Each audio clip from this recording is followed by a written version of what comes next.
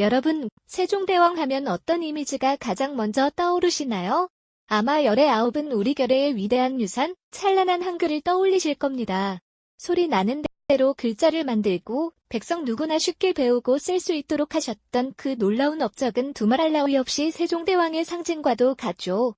하지만 과연 그게 전부일까요? 한글 창제만큼이나 기적 같고 조선 백성들의 삶을 송두리째 뒤바꿔 놓았던, 그러나 우리가 미처 알지 못했던 세종대왕의 숨겨진 발명품들이 있다면 어떠실 것 같으세요? 오늘 이 시간 우리가 익히 알던 성군 세종을 넘어 국가의 시스템을 근본적으로 설계하고 발전시킨 위대한 혁신가이자 과학기술의 선구자로서의 면모를 함께 발견해볼까 합니다. 그의 발명품들이 어떻게 조선을 혁신하고 백성을 구했는지, 그 놀라운 이야기 속으로 지금 바로 여러분을 초대합니다. 단순한 왕이 아니라 진정으로 백성을 위하는 마음으로 시대를 앞서간 천재 군주의 발자취를 따라가 보는 여정, 기대되지 않으신가요? 세종대왕이 왕위에 오르던 15세기 초, 조선의 상황은 결코 녹록지 않았습니다. 하늘은 심술궂게도 연이은 가뭄과 홍수로 백성들을 고통스럽게 했죠. 비는 오지 않아 논밭은 쩍쩍 갈라지고 농작물은 바싹 말라 죽어갔습니다.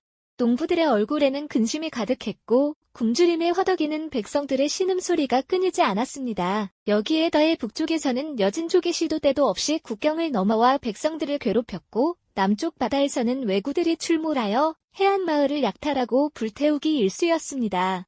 백성들의 삶은 그야말로 바람 앞에 등불처럼 위태로웠습니다. 이러한 절체절명의 위기 속에서 세종은 오직 한 가지 생각에 몰두했습니다. 바로 어떻게 하면 이 고통받는 백성들의 삶을 더 나은 방향으로 바꿀 수 있을까 하는 것이었죠.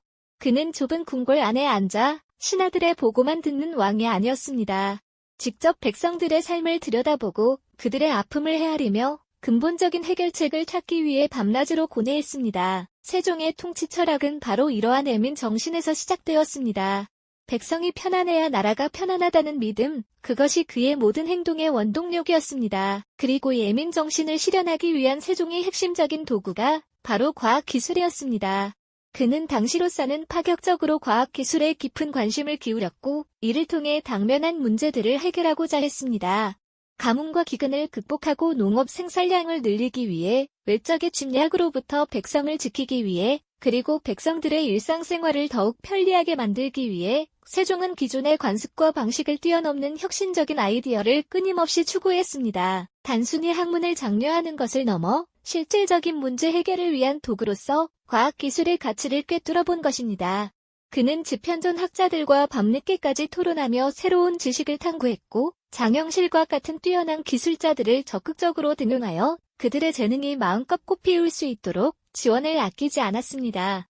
한글 창제라는 위대한 업적 뒤편에는 이처럼 백성을 위한 간절한 마음과 과학기술을 향한 뜨거운 열정으로 국가의 근간을 바꾸려 했던 세종의 혁신적인 비전이 숨겨져 있었던 것이죠. 우리가 미처 몰랐던 세종대왕의 또 다른 얼굴, 이제 그 놀라운 발명품들을 하나씩 만나볼 시간입니다. 우리가 미처 몰랐던 세종대왕의 또 다른 얼굴, 이제 그 놀라운 발명품들을 하나씩 만나볼 시간입니다. 먼저 조선 백성들의 삶과 가장 밀접하게 닿아있던 농업 분야로 시선을 돌려볼까요? 농업이 나라의 근간이었던 조선에서 하늘이 내리는 비는 백성들의 삶과 직결된 가장 중요한 요소였을 겁니다. 가뭄이 들면 온 백성이 고통받았고, 비가 제때 오지 않으면 농사는 물론이고 국가 경제 전체가 흔들렸죠. 이처럼 중요한 강수량을 정확히 예측하고 측정하는 일은 국가의 운명을 좌우할 만큼 중요했습니다. 하지만 당시에는 비의 양을 측정하는 방식이 매우 원시적이었습니다. 그저 빗물을 그릇에 받아보거나 논밭에 물이 얼마나 고였는지 눈대중으로 짐작하는 것이 전부였죠. 이렇게 부정확한 정보로는 체계적인 농업 정책을 세우기란 불가능했습니다. 예측 불가능한 기후변화 앞에서 백성들의 삶은 늘 불안정했고, 농업 생산성은 좀처럼 나아질 기미를 보이지 않았습니다. 세종대왕은 이러한 현실을 그 누구보다 안타깝게 여겼을 겁니다. 백성들의 고통을 덜어주고자 했던 그의 간절한 애민 정신은 결국 혁신적인 과학기술을 향한 탐구로 이어졌습니다. 그리고 마침내 탄생한 것이 바로 세계 최초의 과학적인 강우량 측정기, 치국입니다. 세종은 단순히 학자들에게 연구를 지시하는 데 그치지 않았습니다. 그는 주찰로 만든 원통형 그릇에 빗물을 받아 그 깊이를 측정하도록 지시했고, 이를 전국의 모든 관아에 보급하여 통일된 방식으로 강우량 데이터를 수집하도록 했습니다. 마치 오늘날 기상청에서 정교한 장비로 날씨를 관측하듯 당시 조선은 치구기를 통해 전국 각지의 강수량 정보를 과학적으로 축적하기 시작한 것이죠. 이 귀한 데이터는 농업정책을 수립하고 씨앗의 파종 시기를 결정하며 효율적인 관계시설을 만드는 데 결정적인 역할을 했습니다. 상상해보세요.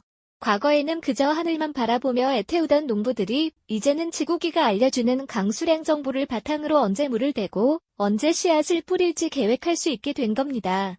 이는 단순히 농업 생산량의 증가를 넘어 백성들의 삶의 예측 가능성과 안정감을 가져다주는 혁명적인 변화였을 겁니다. 세종대왕은 치구기를 통해 하늘의 뜻을 묻는 대신 하늘의 눈물을 헤아려 백성들의 삶을 실질적으로 개선한 것이죠. 백성을 위한 과학기술의 힘이 얼마나 위대한지 보여주는 대표적인 사례가 아닐 수 없습니다. 치구기가 하늘의 섭리를 측정하여 백성들의 삶을 안정시켰다면 세종대왕은 나아가 시간이라는 추상적인 개념마저 백성들의 삶 속으로 정확하게 가져다주고자 했습니다. 농사일이든 시장에서의 거래든 혹은 일상생활의 모든 면에서 정확한 시간은 매우 중요하죠. 하지만 이전까지는 시간을 알리는 방식이 불규칙하고 부정확했으며 대부분은 소수의 권력자나 특권층만이 누릴 수 있는 것이었습니다. 해가 뜨고 지는 것에 따라 대략적인 시간을 짐작하거나 촛불의 길이를 재는 등의 방식으로 어림짐작할 뿐이었으니 백성들의 일상은 혼란스러울 때가 많았을 겁니다. 세종은 이러한 불평등과 비효율을 해소하기 위해 또 한 번 과학기술의 힘을 빌렸습니다. 그는 장영실과 같은 당대 최고의 과학자들과 머리를 맞대고 고민했으며 그 결과 조선의 시간을 표준화하고 백성 모두에게 공평하게 시간을 알려주는 두 가지 위대한 발명품, 바로 자경루와 앙부일구를 탄생시켰습니다. 자경루는 물의 흐름을 이용해 자동으로 시간을 측정하고 정해진 시각이 되면 종과 징, 북을 울려 시간을 알려주는 자동 물시계였습니다. 인형들이 튀어나와 시간을 알려주는 모습은 당시 사람들에게는 마법처럼 느껴졌을 겁니다. 밤낮으로 쉬지 않고 정확하게 시간을 알리는 자경루는 국가의 중요한 의례나 행정 업무를 처리하는 데 혁혁한 공을 세웠습니다. 그리고 해가 떠 있는 낮 동안에는 백성들이 쉽게 시간을 알 수 있도록 앙부일구를 만들었죠. 앙부일구는 해 그림자를 이용해 시간을 알려주는 해시계인데 단순히 시간을 표시하는 것을 넘어 절기 변화에 따른 시간의 차이까지 섬세하게 반영했습니다. 특히 백성들이 오가는 거리에 설치하여 누구나 볼 수 있도록 했다는 점이 중요합니다. 그림자가 시각을 가리키고 계절에 따라 달라지는 24절기도 새겨넣어 농사를 짓는 백성들에게 큰 도움을 주었죠. 이처럼 자경루와 앙부일구는 시간을 표준화하고 대중화함으로써 조선 백성들의 일상에 놀라운 변화를 가져왔습니다. 더 이상 시간을 어림짐작하거나 권력자에게 의존할 필요 없이 누구나 정확한 시간을 알고 자신의 삶을 계획할 수 있게 된 겁니다. 이는 사회 전반의 효율성을 높이고 백성들의 삶의 질서와 활력을 불어넣는 계기가 되었습니다. 세종대왕은 시간을 백성들에게 돌려줌으로써 그들의 삶을 한 단계 더 풍요롭게 만들었을 뿐만 아니라 국가 운영의 효율성까지 극대화한 진정한 혁신가였습니다. 그의 지혜는 정말 놀랍지 않습니까? 세종대왕의 백성을 향한 지혜는 단순히 백성들의 일상생활을 윤택하게 만드는 데에서 그치지 않았습니다. 당시 조선이 직면했던 또 다른 절박한 과제는 바로 국가 안보였죠. 북쪽 국경에서는 무자비한 여진족이 시도 때도 없이 침략해 약탈을 일삼았고요. 남쪽 바다에서는 왜구들이 해안마을을 불태우고 백성들을 괴롭히며 평화로운 삶을 송두리째 흔들었습니다. 언제 쳐들어올지 모르는 외적의 위협은 조선 백성들의 마음에 깊은 불안과 공포를 들이웠고 농토는 황폐해지고 마을은 잿더미로 변하는 비극이 반복되었죠. 이러한 위기 속에서 세종대왕은 백성들이 더 이상 외적의 칼날 아래 불안에 떨지 않고 안심하며 생업에 종사할 수 있도록 굳건한 나라를 만들겠다고 굳게 다짐했습니다. 하지만 그때 당시 조선의 무기체계는 이러한 끊임없는 외부의 위협에 효과적으로 맞서기에는 턱없이 부족했습니다. 기존의 화포나 병장기들은 위력이나 사거리 면에서 뚜렷한 한계를 가지고 있었죠. 침략자들을 효과적으로 격퇴하고 드넓은 국경선을 굳건히 수호하기 위해서는 단순히 병사들의 훈련을 강화하는 것을 넘어 무기체계 자체에 대한 근본적인 혁신이 절실했습니다. 백성을 자신의 자식처럼 여겼던 세종대왕은 이 중대한 문제를 결코 외면할 수 없었습니다. 그는 당대 최고의 과학기술을 국방 분야에 적극적으로 접목하여 조선의 자주 국방력을 획기적으로 강화하기 위한 대대적인 신무기 개발 프로젝트를 직접 진두지휘했습니다. 세종대왕은 다시 한번 장영실과 같은 당대 최고의 과학자들과 기술자들을 한자리에 모아 기존 무기들의 문제점을 낱낱이 분석하고 더 강력하고 정교한 새로운 무기들을 개발하도록 독려했습니다. 이들의 끊임없는 연구와 노력 덕분에 주철 기술은 비약적으로 발전했고, 이를 바탕으로 이전보다 훨씬 견고하고 폭발력이 강한 새로운 화포들이 속속들이 만들어졌습니다. 또한 마치 현대의 다연장 로켓포를 연상시키는 듯한 획기적인 무기, 바로 화차가 이때 탄생했습니다. 화차는 한 번에 수십 발의 화살을 맹렬히 쏘아보내며 적군을 압도하는 가공할 만한 위력을 자랑했죠. 이외에도 다양한 종류와 크기의 총통들이 개발되어 조선군의 전투 효율을 비약적으로 상승시키는 데 크게 기여했습니다. 이렇게 세종대왕의 전폭적인 지원과 과학자들의 헌신으로 개발된 신무기들은 실전에서 그야말로 놀라운 진가를 발휘했습니다. 특히 1419년 조선의 해안을 끊임없이 약탈하며 백성들을 괴롭히던 왜구의 본거지인 대마도를 정벌하는 과정에서 이 첨단 무기들은 결정적인 역할을 수행했습니다. 강력해진 화포와 총통이 뿜어내는 압도적인 화력 앞에 왜구들은 속수무책으로 무너져 내렸습니다. 조선 수군은 이러한 신무기의 힘을 바탕으로 대마도를 성공적으로 정벌하며 왜구의 침략을 근본적으로 차단하는 역사적인 쾌거를 달성했습니다. 이 승리는 단순히 적을 물리친 것을 넘어 조선의 위대한 국방력을 대노해해 천명하고 백성들에게 오랜 불안감에서 벗어날 수 있다는 커다란 안도감을 안겨주었던 것이죠. 세종대왕은 이러한 전방위적인 국방력 강화를 통해 조선의 자주 국방을 확고히 다졌습니다.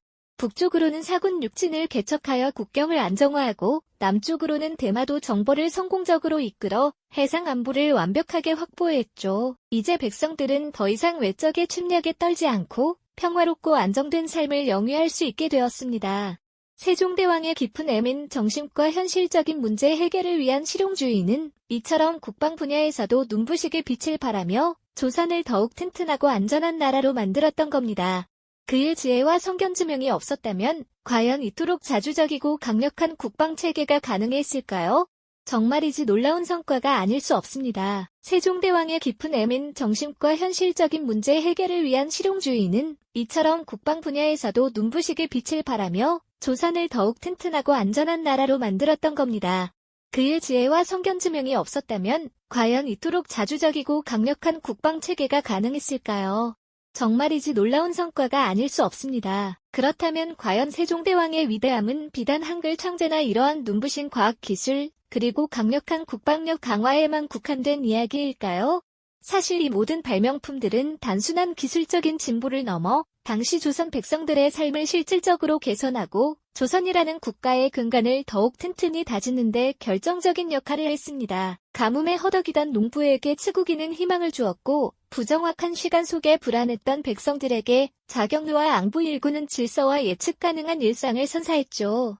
끊임없는 외세의 침략에 시달리던 백성들에게 개량된 화포와 신무기는 든든한 방패가 되어주었습니다. 결국 세종대왕의 발명품들은 백성들의 일상 곳곳에 깊숙이 스며들어 삶의 질을 근본적으로 향상시켰습니다. 그의 깊은 애민 정신과 현실적인 문제 해결을 위한 실용주의는 국가 시스템 전반을 혁신하는 강력한 원동력이 되었던 것이죠.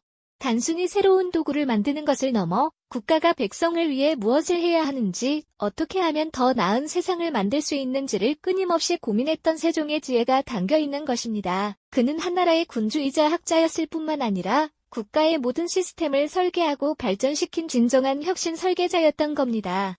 이러한 사실을 깨닫는 순간 우리는 세종대왕이라는 인물에게 깊은 경외감과 존경심을 느끼게 될 것입니다. 우리가 오늘날 마주하고 있는 수많은 문제들 앞에서 세종대왕이 보여준 백성을 위하는 마음과 현실적인 해결책을 찾아 나섰던 실용적 지혜는 시대를 초월하여 강력한 영감을 선사합니다. 그의 발명품들은 단순히 과거의 유물이 아니라 진정한 리더십이 얼마나 큰 변화를 이끌어낼 수 있는지를 보여주는 살아있는 증거라고 할 수 있죠. 한글이라는 빛나는 업적 뒤에 숨겨진 수많은 세종의 유산들이 그의 진정한 위대함과 시대를 초월한 리더십을 말해주고 있는 겁니다. 세종의 지혜는 비단 과학기술에만 머물지 않았습니다. 다음 이야기에서는 조선의 경제와 문화 시스템을 혁신한 세종의 또 다른 놀라운 업적들을 파헤쳐 보겠습니다. 이 영상이 도움이 되셨다면 좋아요와 구독 부탁드립니다. 여러분의 응원이 제게 큰 힘이 됩니다. 다음 영상에서도 더 유용한 정보를 공유하겠습니다. 감사합니다.